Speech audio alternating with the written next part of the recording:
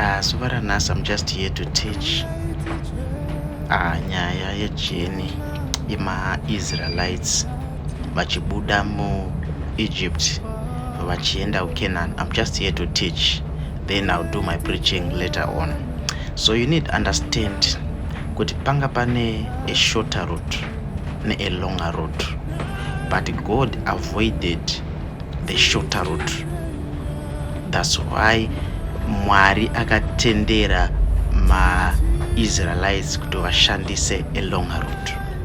You need to understand kuti journey from Egypt to Canaan yaikwanisa kuvatorera 2 weeks, that is 14 days, or maybe nemafambiro vachazviti, let's just say 20 days. Those avafana kutorera ma-Israelites kuti vasvike muCanaan. That is about 400 to 480 kilometers kuti vasvike muCanaan. But Mwari deliberately avoided the shorter route, then vamba vashandisa a longer route. That's why vakazoita 40 years instead of 14 days, or let's just say 20 days. So I will explain some of the reasons why Mwari vakaita kuti ma-Israelites vatore 40 years instead of 14 days. So I'll explain some of the reasons. Kuti pamwe pacho Mwari vakazviziva kuti shorter route there was war. In that shorter route they were supposed to use, there was war. Mwari vakaavoida kuti vapinde nemateritory ema-Philistines, because ma-Philistines, they were trained people for battle, and mind you, these people vanga vachangobuda mu slavery. So these people, they had a slavery mentality mavari. So chimwe chinhu chakakonzeresa kuti Mwari vaavoide longer route vashandisa shorter route, it was because of Mwari vaisada kuti vasangana nehondo dzavaisakwanisa kurwa. These people, they had slavery mentality, vanga vasina a warrior spirit. So urunyatsoona here kuti sometimes bondage is not just a location, it is a mindset. So Mwari vakaziva vakati no, rega ndivashandisire chi longer route and gone. So you need to understand kuti God will not take you through a shortcut if your spirit is not ready for what is ahead. Dai vanga vari trained people, vari ready to fight ma-Philistines, Mwari vaiti no, rega ndivasiya vaitese vapinde neipapa. But because of their mentality, because their spirit were not ready for what is ahead, so God had to take them using the longer route. So chimwe number 2 chakaita kuti Mwari vashandise a longer route, some people had to die. Panga pane vanhu vanga vane a slavery mentality, and there was supposed to be also a change of leadership from Moses to Joshua. So Mwari akazoti pava nevamwe vanhu vari ready to fight, people who are ready to fight and possess their promises. I don't know if you are getting me there. So the other reason was they were not yet transformed. Vanhu ava vaicomplain. They used to complain about food. They used to doubt God. They preferred slavery. So some of them vaitokwanisa kutozodzokera Egypt back. So Mwari, that's why akati no, rega tivashandisire a longer route. At least akashandisa route yakareba kuti vazodzoka zvinovatorera time. So they complained about food. They doubted kuti Mwari wacho ariko here. They preferred slavery. So I think you are getting me there. So ndrikuzama kuti the distance to your promise is not measured in miles. It is measured in maturity. How mature you are. doesn't measure distance yako to your promises.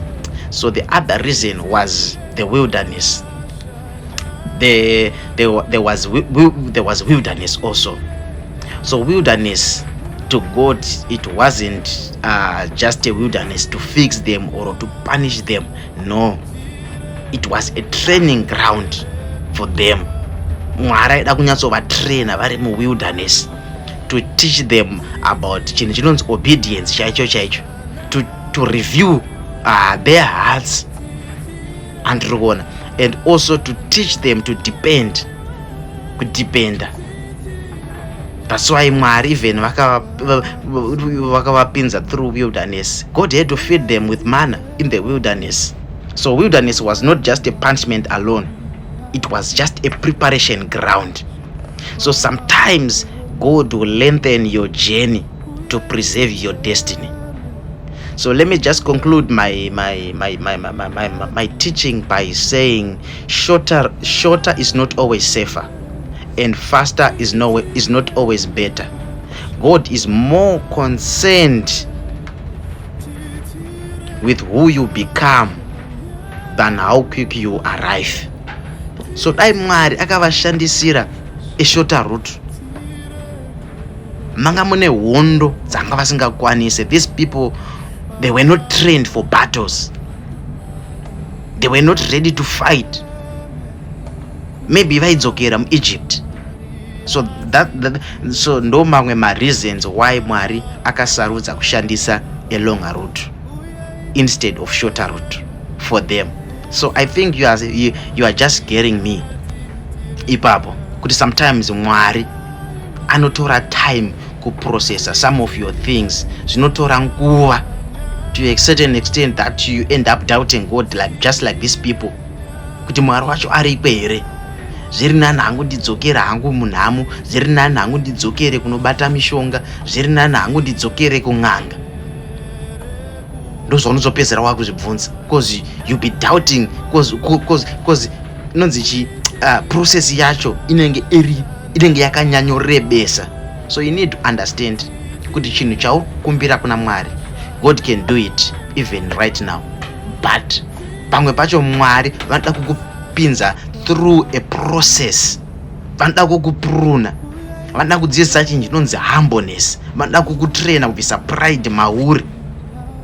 Because pamwe pacho you need to understand kuti chinhu wakachiwana nyore hauchichengetedzi, but chinhu chaunogorera, chaunoita makore akawanda uchikumbira kuna Mwari, wakazochiwana unochichengetedza. So you need to understand kuti Mwari variko, pamwe pacho vanokutendera kuti ushandise longer route, pamwe pacho vanoita kunge vari kutora time kukupindura. Why? God is training you. Mwari vari kushanda newe, vari kubvisa mweya wekuda kudzokera muutapo, vari kuda kukuisa a spirit of a warrior mauri, so that you'll be ready to fight, so that you'll be ready to possess your promises. So sometimes chimwe chinokonzeresa, it's because of our mindset. As I said earlier on, kuti bondage is not just a location, it's a mindset.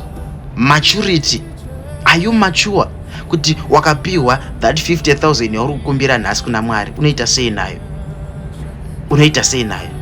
Are you able kukwanisa kunhengerekena kuspenda that money without any pride in you? So sometimes God will allow us to go through longer route, not because He wants to fix us, but God is just there to prepare us. God is just there to take us through the process.